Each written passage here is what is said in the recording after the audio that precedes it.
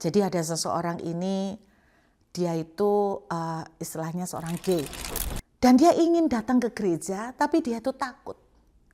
Dia itu takut, dia merasa kotor. Dia merasa malu. Bagaimana kalau ditolak? Akhirnya niat itu tidak pernah dia wujudkan. Tapi hatinya selalu perang. Tuhan Yesus tersenyum melihat dia, menatap dengan wajah yang penuh dengan kasih dan kelembutan. Lalu Tuhan Yesus cuma bilang begini, datanglah nak kepadaku.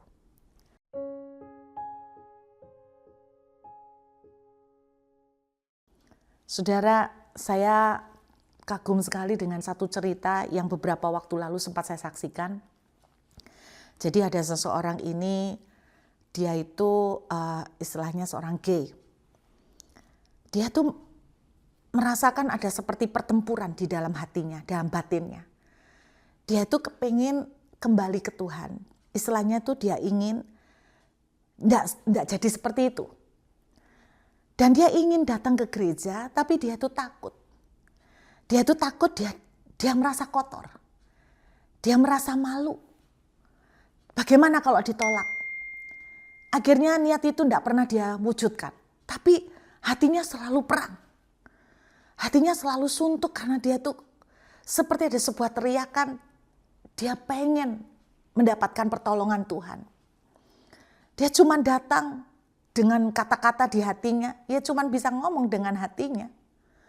Dia pengen sembuh. Dia pengen dipulihkan. Tapi dia tidak pernah berani datang ke gereja. Satu hari, dia mimpi. Di dalam mimpi itu, dia ditemui oleh Tuhan Yesus. Dalam mimpi itu dia datang, melihat Tuhan Yesus, dia tersungkur, dia nangis. Karena dia merasa kotor dan tidak layak. Tuhan Yesus tersenyum melihat dia, menatap dengan wajah yang penuh dengan kasih dan kelembutan. Lalu Tuhan Yesus cuma bilang begini, datanglah nak kepadaku. Dia nangis dalam mimpi itu dan dia bilang, Tuhan, aku mau sembuh. Tapi aku takut, aku jatuh lagi. Sudah berkali-kali aku mencoba, tapi aku gagal. Dan aku merasa malu. Aku takut, nanti aku jatuh lagi Tuhan. Tuhan cuma jawab begini, datang saja kepadaku. Bagaimana nanti kalau aku gagal lagi dan jatuh lagi? Dengan tersenyum di dalam mimpinya, Tuhan menjawab, datang saja kepadaku. Berkali-kali dia ngomong, aku takut jatuh lagi. Tuhan mengulurkan tangan dan berkata, datang saja kepadaku. Dan Tuhan memeluk dia di dalam mimpinya. Hari itu ketika dia bangun dari tidur, ada sebuah kekuatan baru. Dia datang kepada Tuhan, berani datang ke gereja. Dan luar biasanya, dalam waktu yang cukup singkat, setelah perjuangan beberapa lama, dia akhirnya betul-betul mengalami pemulihan dan kesembuhan. Saudara, seringkali kita tuh merasa tidak layak datang ke Tuhan. Tahukah saudara bahwa Tuhan itu Bapa yang mencintai saudara dan saya? Come, datang dengan segala beban dan kekhawatiranmu. Dengan segala beban dan ketakutanmu. Datang ke Mishkan. Datang ke kemah pertemuan rumah Tuhan. Datang.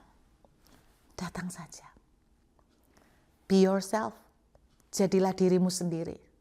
Mau nangis, mau emosi, mau marah, curhat, datang saja. Datang dalam pelukan Tuhan.